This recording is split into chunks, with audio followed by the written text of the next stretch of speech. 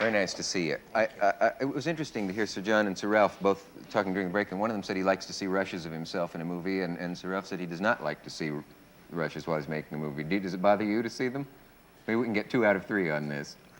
I prefer to see them. I find over the years that they have been more instructive almost than anything else, really, and yet there are certain parts, I think, which one can play where one feels a little embarrassed, perhaps, at seeing them on occasions. But in the main, I would tend to see them, I think. I'm looking forward to this film you're making. I had the author of the book 10 Rillington Place on one night. It's about a murder case in England where, briefly, it seems quite clear that the wrong man was executed in this case. At least the investigation afterwards seemed to prove it. That must be a tough part to get into. Are you playing... Which of them are you playing, Christie or the... Yes, I play the man who, in fact, committed the murder, who murdered 8 women, and who, in fact, was the principal prosecution witness at the trial of the boy who was falsely accused. And the boy was, in fact, hanged, I should say. And it was only after he had been hanged that there were various investigations following the arrest of Christie and Christie's confession to the murder. And afterwards, subsequently, the Home Secretary, for what it was worth, gave the boy a posthumous pardon. But thank you very much. Imagine how that would be appreciated. Yeah. Well, it was one of the most extraordinary murder things that ever happened, yes. And you shot it, I believe, in the very house, I was told, where these...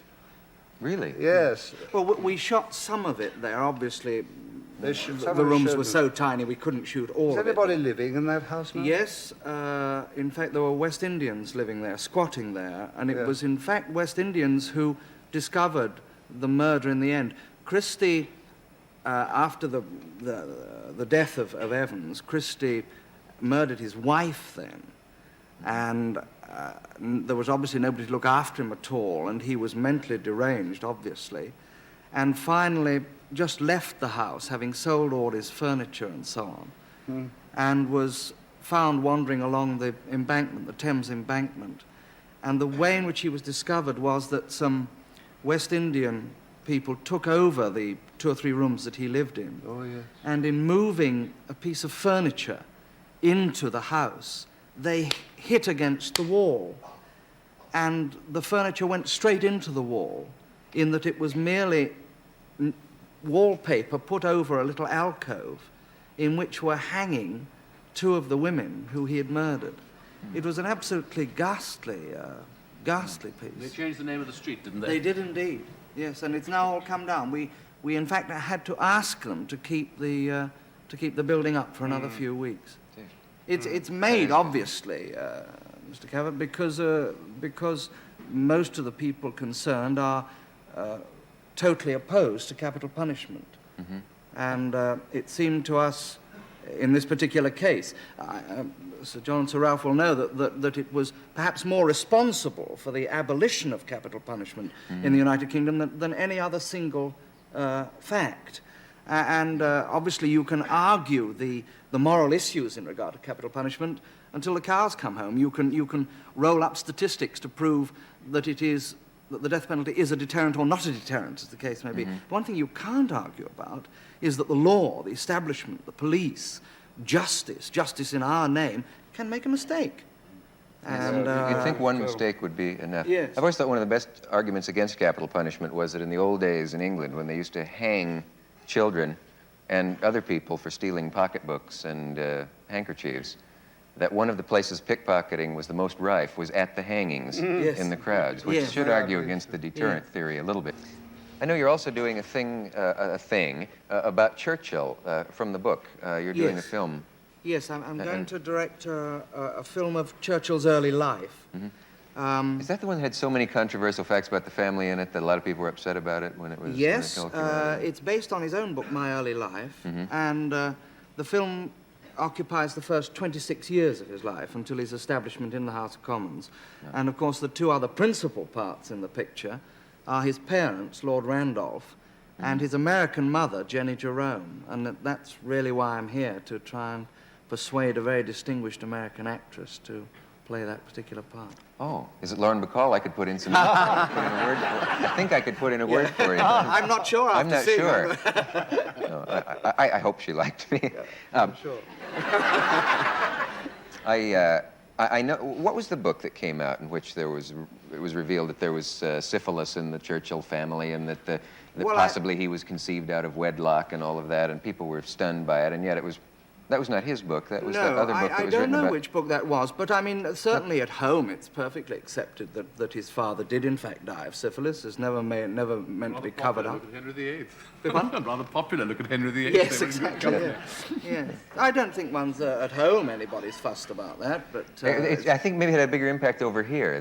Churchill is considered quite a saint in this country, too, and I think the thought that such a thing could occur in the great man's family was probably startling more over here than over there. Well, we take that sort of thing very much for granted at home, don't you think? Take it in our stride. Yeah. No one's told me about it. It's the first I've heard of it. Oh, now, Ralph. It is? Now, Ralph. Are you shocked? I've never heard of it. Oh, now, Ralph. That's obviously not true. Well, I don't get around very much. I know. It was the book about Churchill's mother. It was the book Jenny. About Jenny, yes. Yeah. There have been a number of books published about her recently, yes. She came from Brooklyn, I think. Yes, she was Brooklyn. an American. Yeah. When Trevor Howard was here one night, he said they aren't making very many good movies in England anymore. He said every movie's called Up the Khyber Pass or something these days, and yet it seems like you are making some good ones. I'm glad to hear that. Well, I hope so. I hope to be able to con Sir John and Sir Ralph to playing in it again, so we can work together again. That's right. You all made Oh, What a Lovely War. You and a number of others. Yes. Yeah. We had a lovely week at Brighton. We did, yes.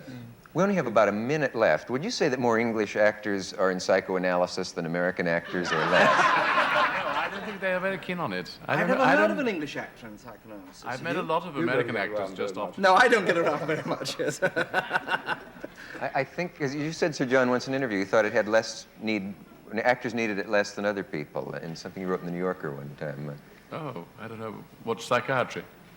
Yeah. Well, we live in a dream world, so perhaps we can get rid of our repressions and frustrations that way. I think acting has a lot to do with that. I think one can get rid of a lot of emotions and violence, which one would otherwise perhaps use in life if one acts it on the stage. Don't you think it does? I do.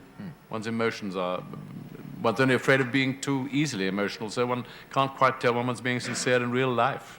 And in emotional occasions, one's apt to take notes for a performance, which is rather a horrible thought. Even, say, at a funeral? Yes, on those sort of deep occasions, you begin to think, well, that's how I would act a scene or something, and I think that's a horrible feeling. And anyway, of necessity, our emotions have to be available, don't Yes, they? they I mean, they have to be tap. accessible. We have to be able to tap on them very quickly. And as you say, it is very difficult to know always exactly what is absolute truth and what is assimilated. And it's apt to make us insincere, I suppose, by repute. But I think that we have a reputation of being more insincere than we are as a race. Having a motorcycle helps, too, they say. Indeed. Gets rid of quite a lot, doesn't it?